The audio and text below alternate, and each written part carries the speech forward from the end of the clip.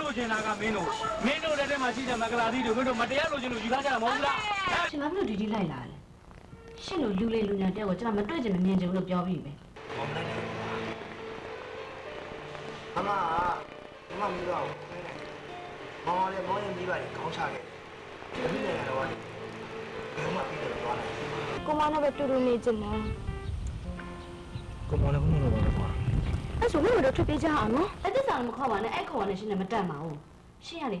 တစ်ဖက်တော့လင်းနဲ့လှည့်ထားတယ်လူအဲ့လိုပြောတော့တိတ်မုန်းနေ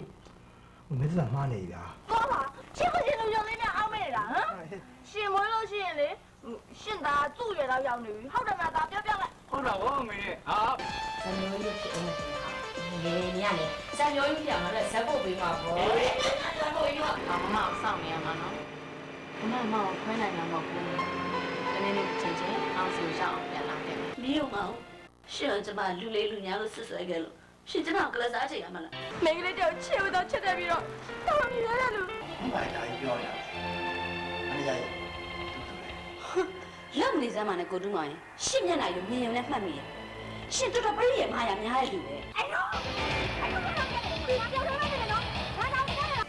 မင်းမချစ်သူရှိလို့လားရှင်နဲ့တူတဲ့ရှင်လှုပ်ဖြုတ်လိုက်တဲ့ကိုတူးမောင်ကျမချစ်တယ်ဒါပြီဗျာ